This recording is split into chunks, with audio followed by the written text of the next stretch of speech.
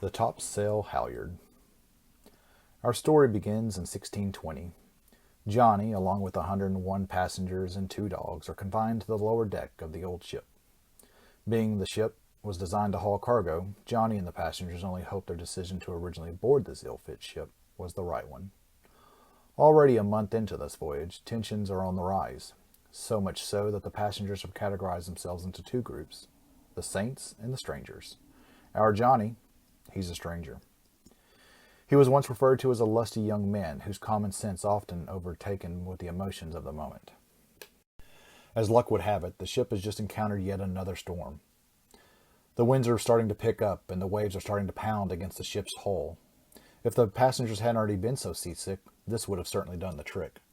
Meanwhile, below deck, the darkness only adds to Johnny's weariness as the ship's continuous rocking forces nearby passengers into him. In between the crashing waves, Johnny can faintly hear the 30 crew members moving about above him, battening the hatches and readying for the storm.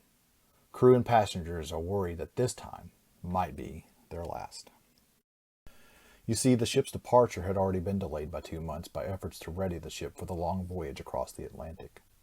The crew knew the delays could be costly as they were entering the stormy season. But the passengers, full of unbridled optimism and non-secular pursuits, pressed the crew to depart. As predicted, the ship in fact endured strong crosswinds and fierce storms. One storm was so bad that it even cracked the ship's main beam. The crew managed to temporarily secure the beam, knowing that additional damage may bring the voyage to a swift end. In returning to our story, the ever-increasing winds required the crew to quickly lower the ship's sails in order to protect them from the ripping. Lowering the sails also reduced the pressure on the ship's frame and thereby minimizing further damage. Now Johnny, being the lusty young man he was, decided to ascend to the upper deck, a place where passengers were restricted from entering, especially during bad weather. While on deck, Johnny witnessed the crew precociously doing their part to protect the ship. One false step, one missed grip, and the crew was sure to be washed overboard. Halyards, which are ropes used to raise and lower the sails, were seen swinging loose as the crew was unable to secure them in their haste to lower the sails. While Johnny is taking everything in, a sudden shifting of the ship causes Johnny to lose his balance, followed by waves sweeping across the deck. Johnny briefly gathers himself, looks back, just in time to see the next wave crash into him and carrying him overboard. Johnny was gone. The crew was looking on helplessly. What could be done? The crew looked and looked in the direction he fell, but there was no sign of him. Even if they could locate him, the crew had no idea what they could do to save him in the midst of this violent storm. For Johnny, everything happened so quickly.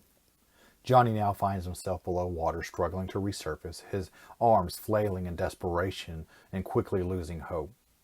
And then out of nowhere, a rope brushes against his hand. He grasps onto it. It is the topsail halyard, the same halyard he had just moments ago witnessed flapping around on deck. Still attempting to resurface, Johnny is running out of breath. But Johnny knows his ability to hang on to the halyard is the only thing that stands between life and death. Johnny hung on tightly. Then the crews noticed the halyard was tightening.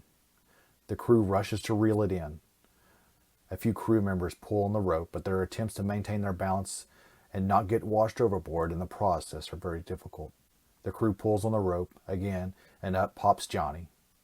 Although it takes a while, Johnny has been saved. Johnny will live another day. The storm eventually subsides and the voyage continues. After a few more weeks at sea, the weary passengers and crew spot land. A new world, if you will. It was not the land that they had sought, but some 600 miles off course due to the storms. You see, this group of saints and strangers, you may know them better as the Pilgrims, who arrived on the Mayflower at Plymouth 400 years ago. Oh, and Johnny? This was John Howland.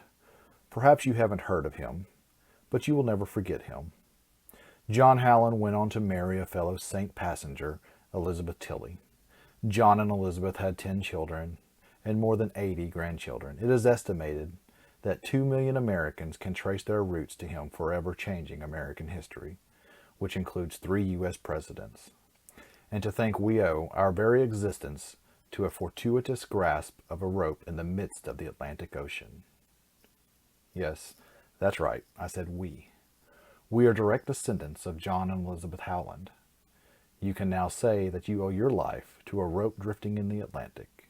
And now, you know the rest of the story.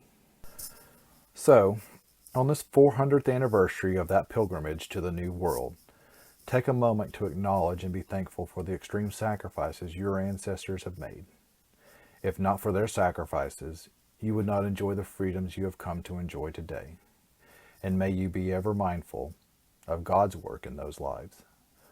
Happy Thanksgiving, and enjoy the 399th anniversary of the first Thanksgiving meal.